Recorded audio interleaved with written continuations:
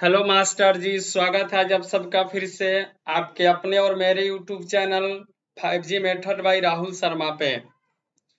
आज हम लोग क्लास 6 का SCERT का हमारी दुनिया का अध्याय नंबर 3 पृथ्वी के परिमंडल के बारे में जानेंगे, जो आगामी शिक्षक भर्ती के लिए बहुत इम्पोर्टेंट है। ओके, चलिए तो हम बात करने वाले हैं पृथ्वी के परिमंडल के बारे में। तो भाई साहब एक बात समझेंगे, अध्यापिका ने कक्षा में बच्चों से बात करते हुए पूछा, क्या पूछा? क्या आप यह बता सकते हैं कि हम जिस ग्रह पर निवास करते हैं उसे वह क्या है? तो चंदन ने बताया कि जिस ग्रह पर हम निवास करते हैं उसका नाम क्या है जी? पृथ्वी है। तो सबसे पहले आप एक नोट में लिख लेंगे कि हम जिस ग्रह पे निवास करते हैं उस ग्रह का नाम क्या है? तो उस ग्रह का नाम है भाई साहब पृथ्वी। यानी कि पृथ्वी ही एकमात्र ऐसी ग्रह है जहां पर क्या है, जहां पर जीवन संभव है, जहां पर जीवन अभी तक संभव है। ठीक है, बाद में हो सकता है किसी और ग्रह पे कुछ पता लगे, लेकिन अभी तक के जानकारी के हिसाब से पृथ्वी ही एकमात्र ऐसा ग्रह है जहां पर जीवन संभव है। इसका रीजन क्या है?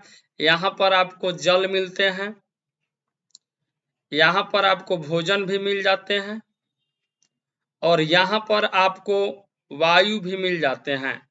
और जीवन के लिए इन तीनों चीजों का होना बहुत जरूरी है।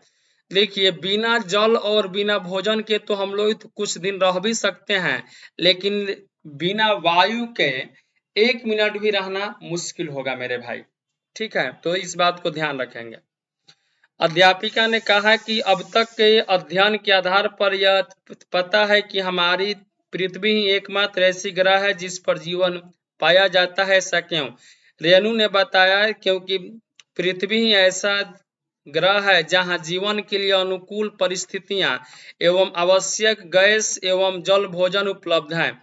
अध्यापिका ने कहा कि भोजन और पानी के बगैर तो हम कुछ समय जीवित रह सकते हैं, लेकिन हवा के बिना कुछ पल जीवित रहना भाई साहब क्या है, बहुत मुश्किल है।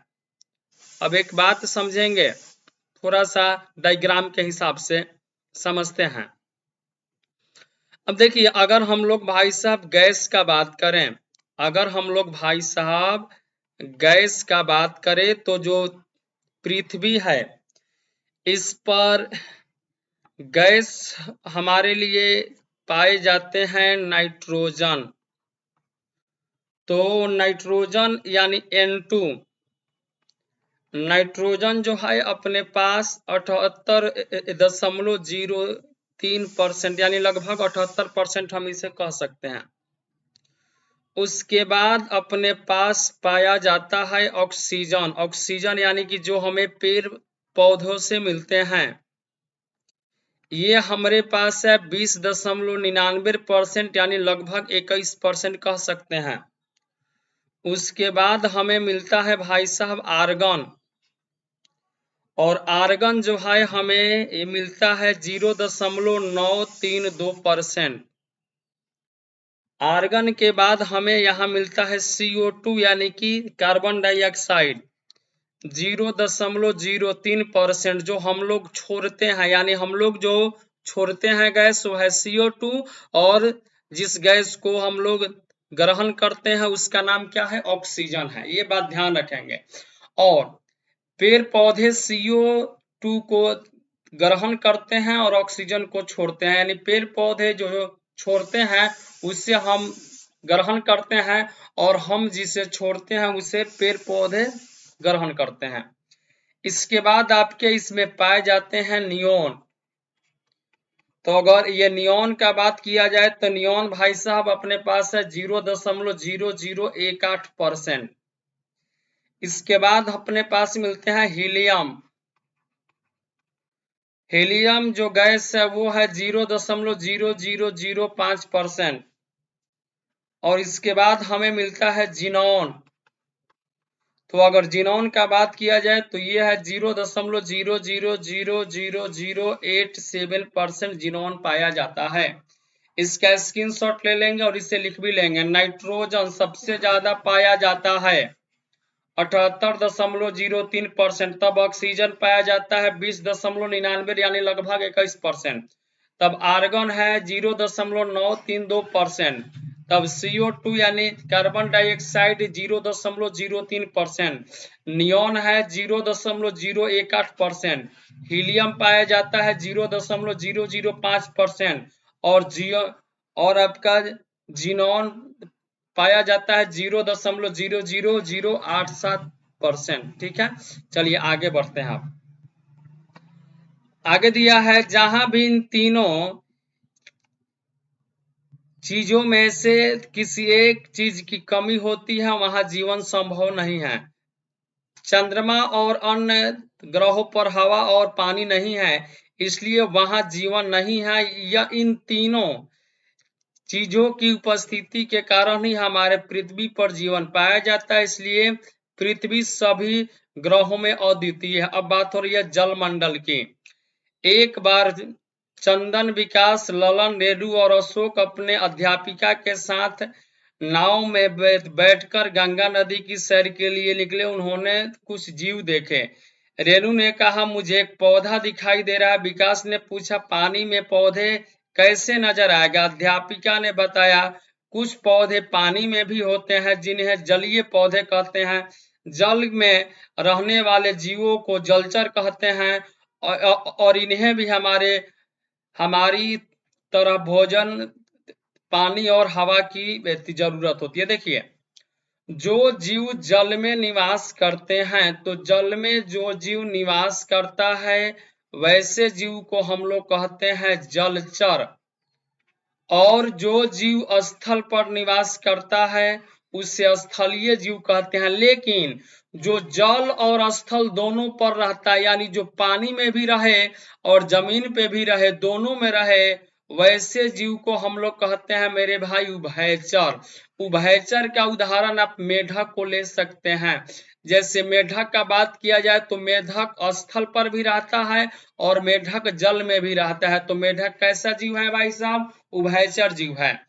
अगर घड़ियाल का बात किया जाए, घड़ियाल, तो घड़ियाल भी जो है, सॉरी, ये मगरमच्छ जो है, मगरमच्छ भी उभयचर के श्रेणी में आएगा। वैसे ये एक सरीसृप जीव है, ठीक है, इसके बारे में आगे बात करेंगे, लेकिन ये भी उभयचर के अंतर्गत आएगा क्योंकि मगरमच्छ जल में भी रह लेता है और स्थल पर भी रह लेता है। यानी कि मगरमच्छ जो है सो कैसा जीव है? उभयचर जीव है। इन बातों को ध्यान रखेंगे जी। पृथ्वी पर 4 बड़े जलभाग हैं। सबसे बड़ा प्रशांत महासागर, उसके बाद अटलांटिक, तब हिंद महासागर, तब आर्कटिक महासागर। संसार के मानचित्र में इन महासागरों की स्थिति को देखें। चलिए आगे देखेंगे हम लोग। अध्यापिका ने कहा कि हम अभी नदी के सैर कर रहे हैं, बताओ पृथ्वी पर कौन कौन से जलभाग पाए जाते हैं? रेणु, मेरे घर के पास है तालाब, मेरे घर के पास आहर में नहाता हूँ, मेरे मामा सागर के किनारे मछली पकड़ते हैं, कल मैंने अखबार में समुद्री तूफान के बारे में पढ़ा। अध्यापिका बोली, बिल्कुल सही। तालाब, आहर, झील, सागर, महासागर इत्यादि पृथ्वी के जल के विभिन्न भाग हैं। सम्मिलित रूप में इन्हें जलमंडल कहते हैं। ये सभी पृथ्वी के लगभग 71% भाग से घिरे हुए हैं। ये बात ध्यान रखेंगे भाई साहब। अब देखिए, ये है आपका उत्तरी अमेरिका और ये है आपका दक्षिणी अमेरिका। उत्तरी और दक्षिणी अमेरिका के बीच में ये जो रेखा गुजर रही है, ये है भूमध्य रेखा। भूमध्य रेखा दक्षिणी अमेरिका से गुजर रही है। अब देखिए, इस साइड जो है वो है उत्तरी प्रशांत महासागर और इस साइड जो है वो है उत्तरी अटलांटिक महासागर। ओके, चलिए आगे बढ़ते हैं।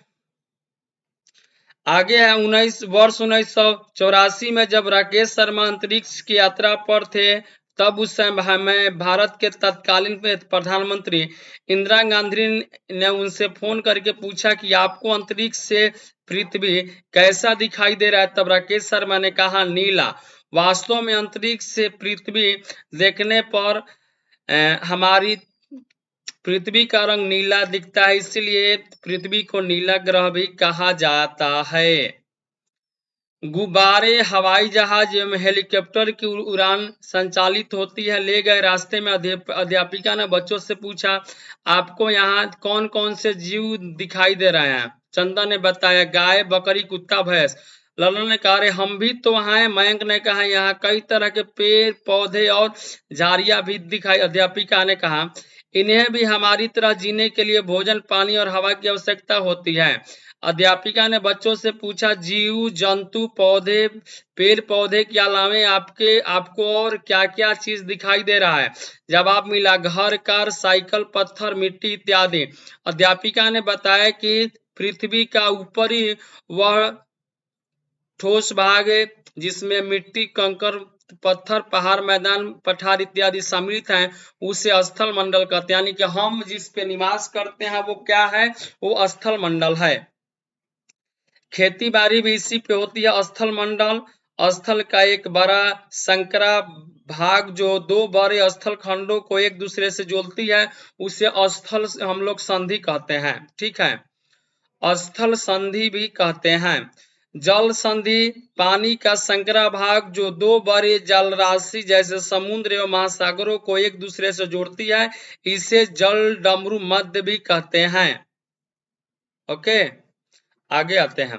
अब जैसे देखिए, ये एक पाक जल संधि है। अगर आप ध्यान से देखेंगे भाई साहब, इस अगर ग्राफ में यदि आप ध्यान से देखेंगे तो ये जो है भारत का नक्शा है और इधर ये श्रीलंका है, और ये जो बीच वाली है ये है पाक जल संधि जो मन्नार की खाड़ी और श्रीलंका को जोड़ती है। अर्थात भारत और श्रीलंका को जोड़ने वाली जो जो जल संधि है उसे क्या कहते हैं? उसे कहते हैं पाक जल संधि, या इसे भी हम लोग कभी कभी पाक जल डमरू मध्य भी कहते हैं। जमीन से आकाश की ओर जाएंगे तो देखिए, जमीन से आकाश की ओर जब हम लोग जाएंगे तो जमीन से ये मान लो जमीन है, और हम लोग जब जमीन से आकाश की ओर यानी ऊपर की ओर जाएंगे मेरे भाई, तो जमीन से ऊपर की ओर जाएंगे तो जो सबसे पहला मंडल होगा वो होगा क्षोभ मंडल। बात को समझना। इसके बाद का जो मंडल होगा वो होगा समताप मंडल, समताप मंडल। इसके ऊपर का जो मंडल होगा वो होगा मध्य मंडल, और इसके ऊपर का जो मंडल होगा क्षोभ मंडल, समताप मंडल, मध्य मंडल, तब होगा आयन मंडल। और इसके ऊपर का जो मंडल होगा ये होगा बहिर्मंडल। बहिर् यानी कि बाह्य मंडल भी इसको बोलते हैं, यानी बाहरी मंडल है। यानी इसके बारे जो है सो इसके बाद इसमें कुछ भी नहीं है। तो हम लोग जो है सबसे पहले बात करेंगे भैया यानी कि क्षोभ मंडल के बारे में। समझिएगा, मजा आएगा, इतना बात जान लीजिए। चलिए, अगर हम लोग सबसे पहले बात करें क्षोभ मंडल के बारे में, क्षोभ मंडल, क्षोभ मंडल यानी कि पृथ्वी के ऊपर का सबसे जो पहला परत है, इसे हम लोग भाई साहब क्या कहते हैं? क्षोभ मंडल कहते हैं। इंग्लिश में कहेंगे ट्रोपोस्फेयर, TROPOSPHERE।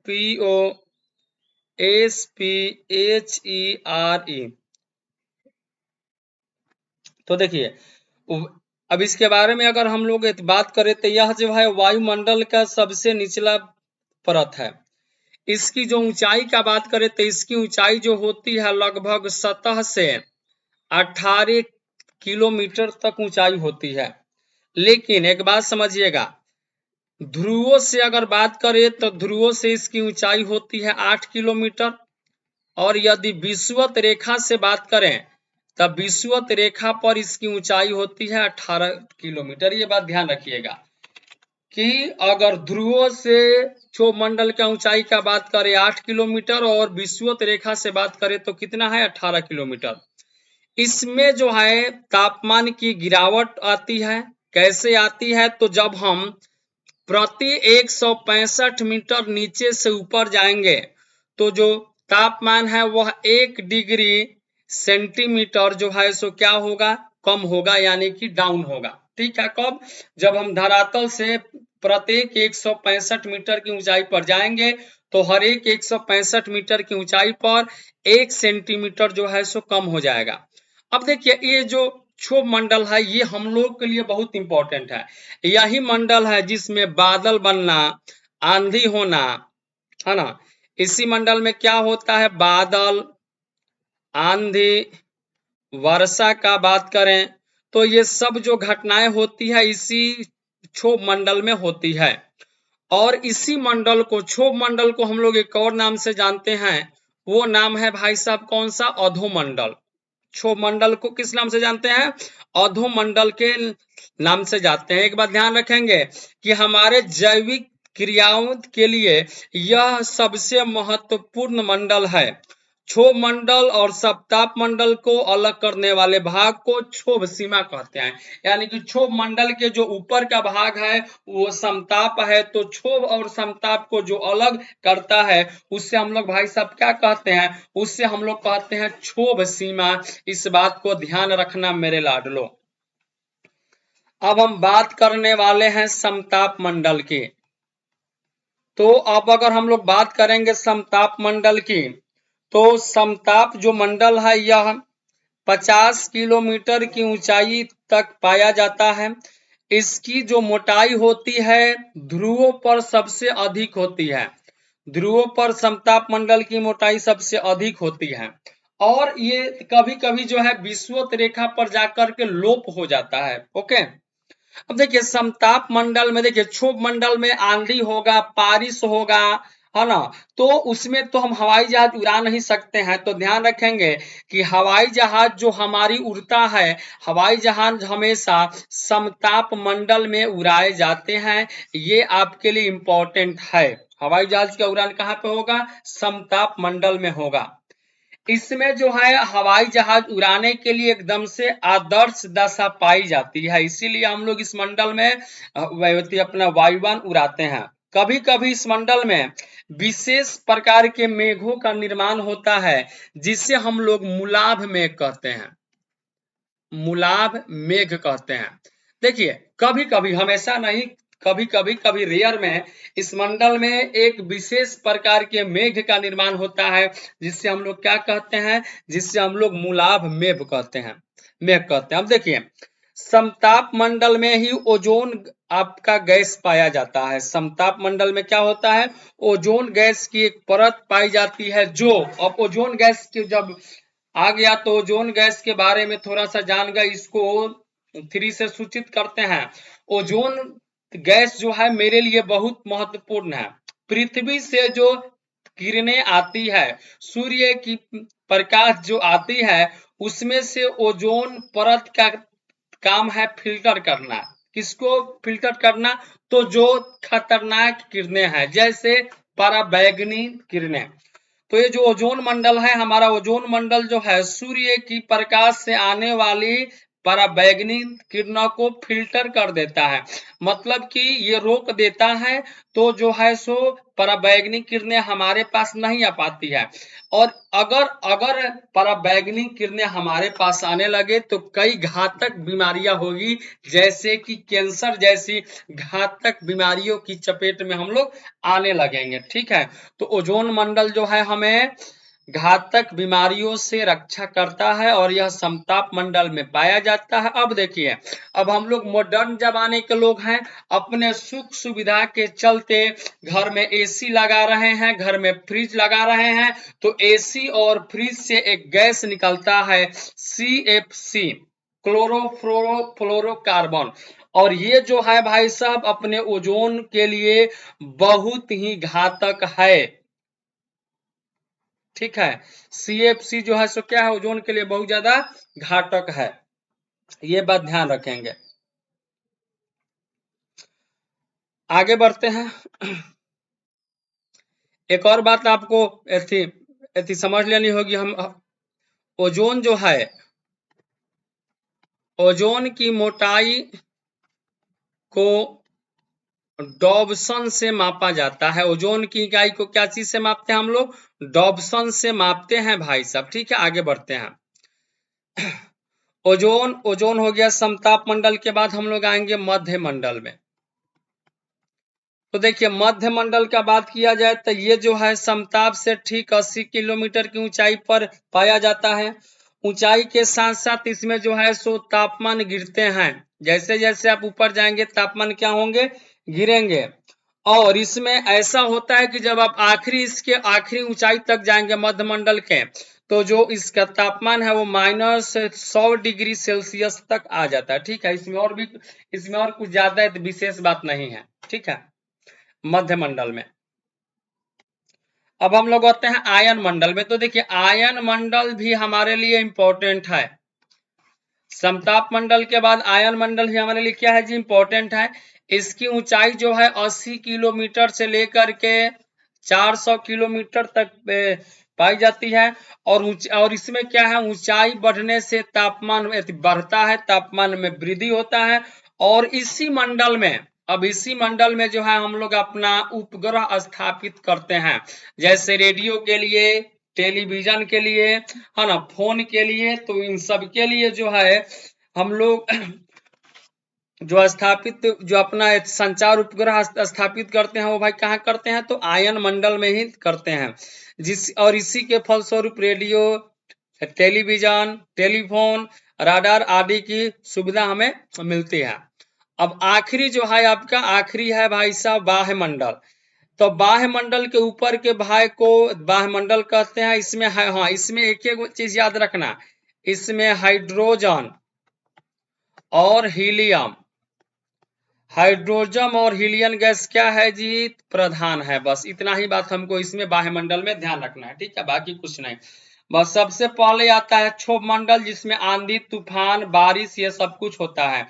उसके बाद आता है समताप मंडल, यानी कि जिसमें हम लोग हवाई जहाज अपना उड़ाते हैं। उसके बाद आता है मध्य मंडल। मध्य मंडल में कुछ ज्यादा ही विशेषता नहीं पाया जाता है। समताप मंडल में ओजोन की परत पाई जाती है, ये बात ध्यान रखेंगे।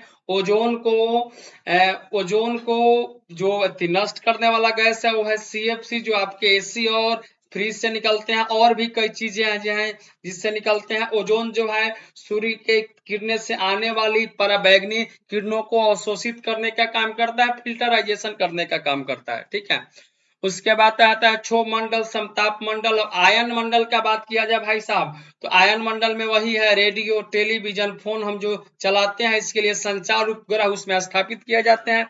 और उसके बाद है बाह्य मंडल। तो बाह्य मंडल में बस इतना याद रखना है कि उसमें हाइड्रोजन और हीलियम गैस की प्रधानता होती है। बस यही एग्जाम के लिए इंपॉर्टेंट है। अब हो गया, अब ये जो है सो आपका पहला भाई साहब चैप्टर ये आपका कंप्लीट हो गया जी।